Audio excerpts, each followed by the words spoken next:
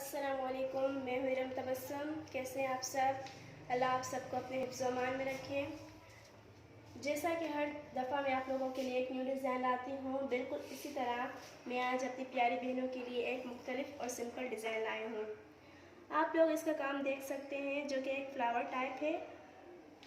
इस डिज़ाइन के हम लोगों ने गले पर और आस्तीन पर काम किया है।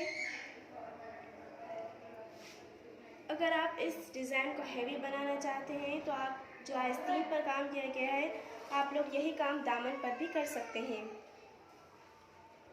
ये स्पेशली आप बच्चियों के लिए भी डिज़ाइन तैयार कर सकते हैं। आप लोगों को हमारी डिज़ाइन कैसी लगती है, प्लीज़ हमें कमेंट्स में बताया करें।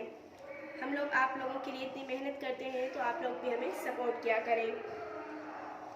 उम्मीद है मेरी प्यारी बहनों को ये डिज़ाइन बहुत पसंद आएगी, जो कि बहुत प्यारा लुक दे रही है।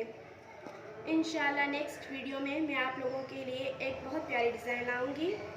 हमारे चैनल को सब्सक्राइब करें, शेयर करें एंड बेल आइकन को दबाएं। शुक्रिया।